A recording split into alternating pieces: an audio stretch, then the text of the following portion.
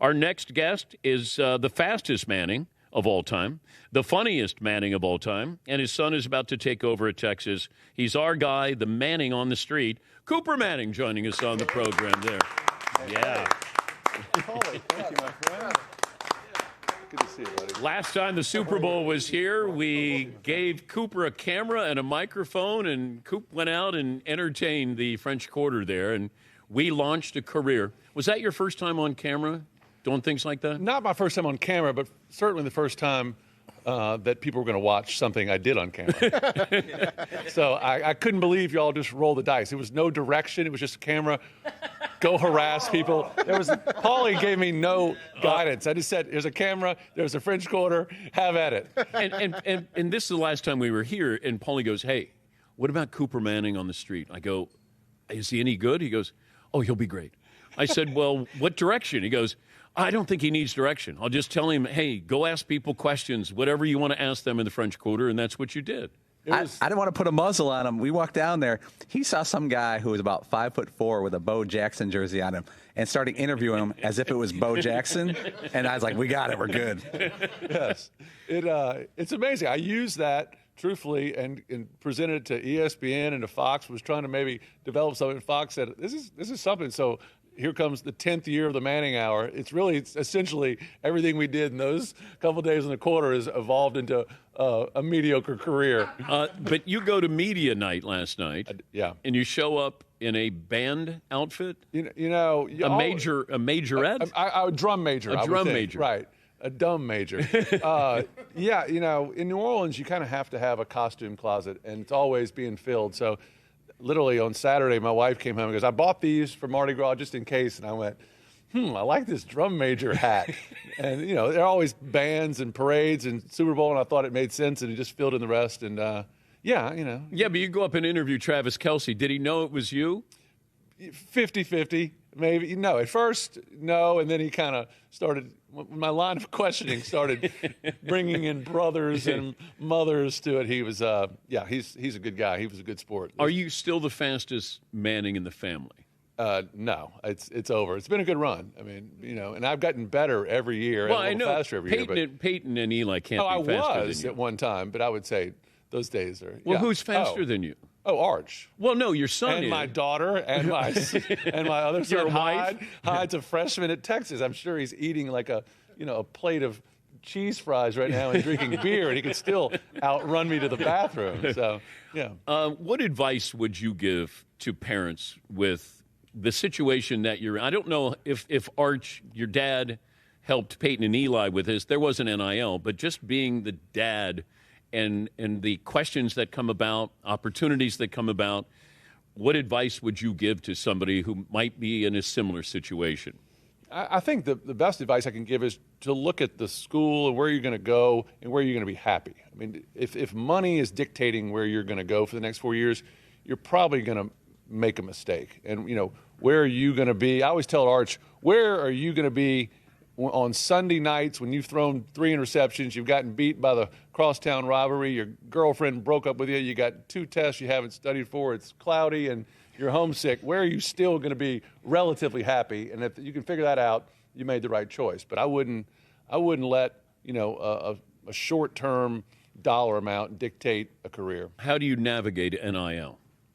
Slowly and carefully. I mean, I think again, you know, I think it depends. Everybody's in a different situation, certainly. But I think to play the long game is probably the best way to do it. You don't want to get caught up in doing these little short-term, you know, things that might, if you start having some success, could cannibalize you being able to do something bigger. No, you did a little dinky deal here that's going to hurt you from doing something bigger. So I would just pick your spots carefully and worry about the craft. The reason you're there is to get an education and to play football and to make friends and have a great college experience.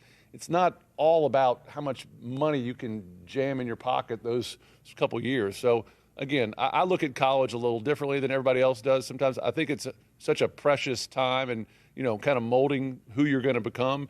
And if it's just a straight dollar decision, then I think you miss out on a lot. And I was wondering about this, too, because Arch sat and then Quinn Ewers comes back, you know, this past season. And then I wonder, but that's part of the process of being patient, waiting for your turn. and not transferring. But I'm wondering, at any point, does your son come home and say, Mom, Dad, I want to talk to you. Should I stay? I can go play right away some other place. No, I think having your children struggle with some things is good. I mean, yeah, it's frustrating not to play. Did he love it? No. Was it probably good for him in the long run? Yes. And so you don't want your kiddos to come home and be unhappy, but at the same time, sometimes going through a little hardship and some bumps in the road are good. Arch is going to have plenty more of those. These are the real ones. When you get beat this year and have bad games, I mean, they're, how they do in the media. They crown you way too early, and then they jump on and kill you. Yeah. And so he's getting over way too much attention and way too much credit, and he's going to struggle. And they're going to say he's not as good, he's overrated. It's coming. Everybody knows it, so it's kind of easy to see that writing on the wall. But you can tell him that is going to happen. Eli can tell him. Peyton can tell him. But until he goes through that, right? It's no fun to go through it. But it's going to happen. Everybody is. It's inevitable. No one has this football. Is hard, and playing quarterback is really hard, especially when all eyes are on you. So it's just part of the deal. It's part of growing up, and everybody likes a guy who can get beat down and come back. You got to keep coming. What do you like during a game? Well, last couple of years, it's been pretty fun. I've kind of enjoyed just being the backup quarterback's dad. It's nice. It's pretty delightful. Actually, we always like the backup quarterback. No, I'm the crown prince of the parent section. I can do no wrong. But I think I'll be a lot more nervous and just probably biting fingernails and head down. But I like sitting with the parents. Texas has a great parent section and a good family-oriented group. We sit with the fans and in the stands with them and. It was a good group. He's Cooper Manning, the other Manning. Did you ever get caught up in your identity or lose your identity because your brothers have such an identity? No, I mean I've always been pretty comfortable with who I am. I'm super proud of my brothers. I've loved every moment of their success. I was in horrible moods when things didn't go right, on Sundays for them and Saturdays and all smiles and buying everyone drinks at the bar when it went well. So I went through it just as much as any rabid fan and probably even more. I was, it's tough being, that I've enjoyed kind of having a little bit of a reprieve from that. And now it's getting ready to crank back up again where every single penalty and, drop and catch and is he out of bounds? You just grind and eat it away. And then that night you sleep on it and think about it over and over. So, and you're going to be on camera a lot.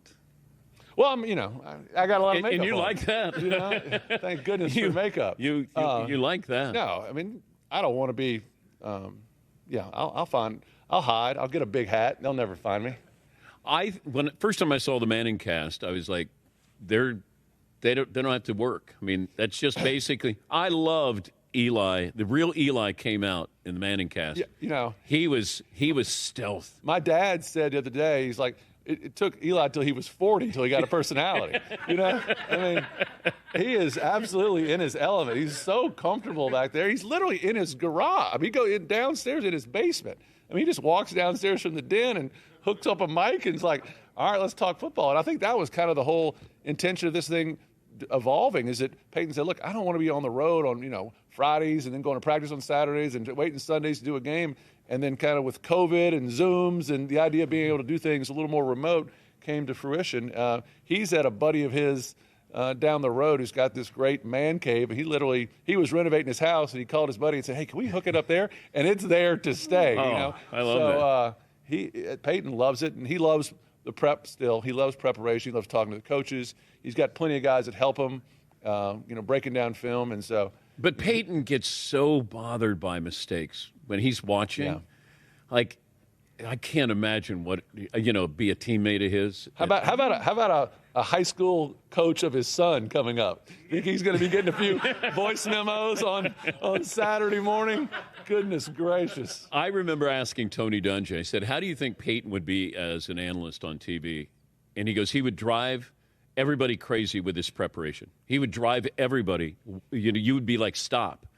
Peyton is prepared for everything. I mean, he's already, if we have a golf match in May, he's already concerned. Walking the course.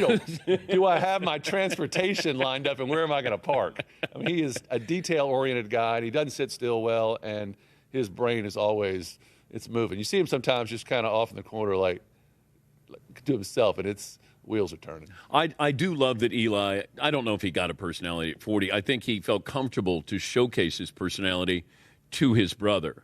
And he slices and dices Peyton, and it's really great to see. He's really one of the few people that does that with really, where Peyton doesn't kind of keep a note like I'm going to return this favor in 5 years after what Dan Patrick said about me. Yeah. Eli. Peyton held a grudge for 5 years against me. Oh, did he? Well, long time ago. Mine was at least 6 or 7 years. So you're. He held a grudge. He held something over your head. No. But I mean, Eli has just carte blanche to just rip him to death, and he can't. I guess they're partners forever. If they break up, that show's over. And I like when he says Snyder remarked to Belichick. Yeah, I mean, about I don't know what it feels like to lose to you in the Super Bowl. I know he's gotten cocky. What the hell, Eli? Yeah, I think anybody who comes out of the New York, media mass with relatively on good terms is, I guess, can say whatever he wants. Where are you going to be on Super Bowl Sunday? I'm going to be I work for Fox, and Fox has the game, so I'm going to be running the streets. I'll be down in the Dome early, and I don't know exactly what they have me doing, but probably interviewing a bunch of celebs that are coming to the game, and asking them ridiculous questions. And then I'm free for the game, so I'm just going to be walking and go watch a game. What are you going to be wearing? Are you going to wear an outfit? Yeah, that's a good question. It depends. Mardi Gras? How Saturday night goes. It kind of dictates Sunday courage. Any tips for us the next couple of days here? I mean, y'all need to make sure you at least have a shrimp po' boy, fried shrimp po' boy, maybe a roast beef po' boy, some fried oysters, some raw oysters, a couple bloodies, maybe some tunes, maybe a new outfit for Paulie. We could probably work something. Wow. I was waiting on that. Yeah. Maybe a shirt where the belly button doesn't show. Other than that. Did you? I thought New Orleans, that was a thing. Yeah, well, it will be, yeah, I guess. Throw him some beads. He'll take his shirt off. Oh, good. Yeah, we want to see those nips. Did you ever get in trouble in the French Quarter growing up? Yeah, hell yeah. There was a bar we used to go to in the French Quarter called Crazy Corner, and I literally think the drinking age was 13. I had a station wagon that it was going to be mine when you could drive at 15, but my friends were older, so I had a car without a license, and we'd drive down there and leave it there for the night because you couldn't drive. I mean, just the drinking age here is bizarre. I mean, people, it's like, I always thought it was funny when people from New Orleans go off to college and everybody's running wild. They're looking at them like, "What's your problem, buddy? I've been doing this for 3 or 4 years."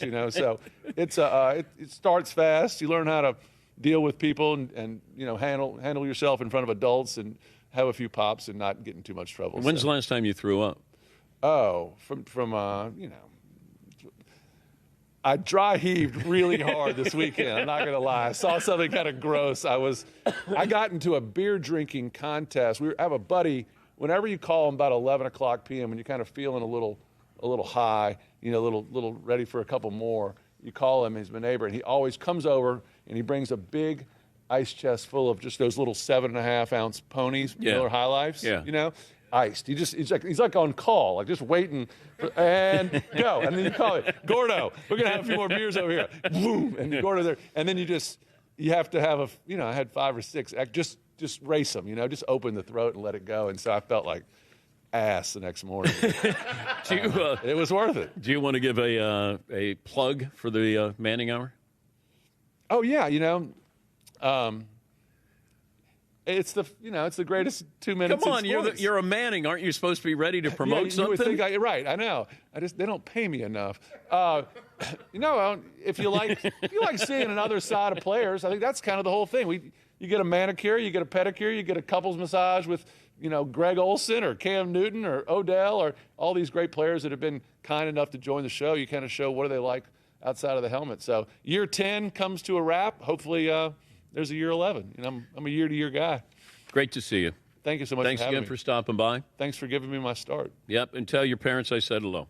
I definitely will. I had dinner Yeah. at your parents' house many years ago. I remember. I was there. Yeah, I was serving. And we didn't realize it. It was like, oh, and this is my son Koopa. Yeah. And I was like, oh, damn, he's serving us.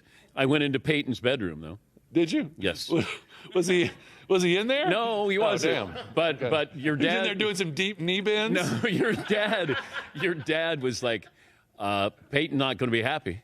Yeah, why? He doesn't like you meddling in his stuff? Well, nobody wants you to be in your bedroom. Oh. I wanted to jump up and down on the bed. You should have. You probably did. He's Koopa Manning. Koopa? Koopa. Peyton he didn't know how to pronounce your name. It's Cooper. Cooper. It's like, Cooper. Like cookie. Like you don't read a book. you don't eat a chocolate chip cookie. You eat a cookie. Cooper.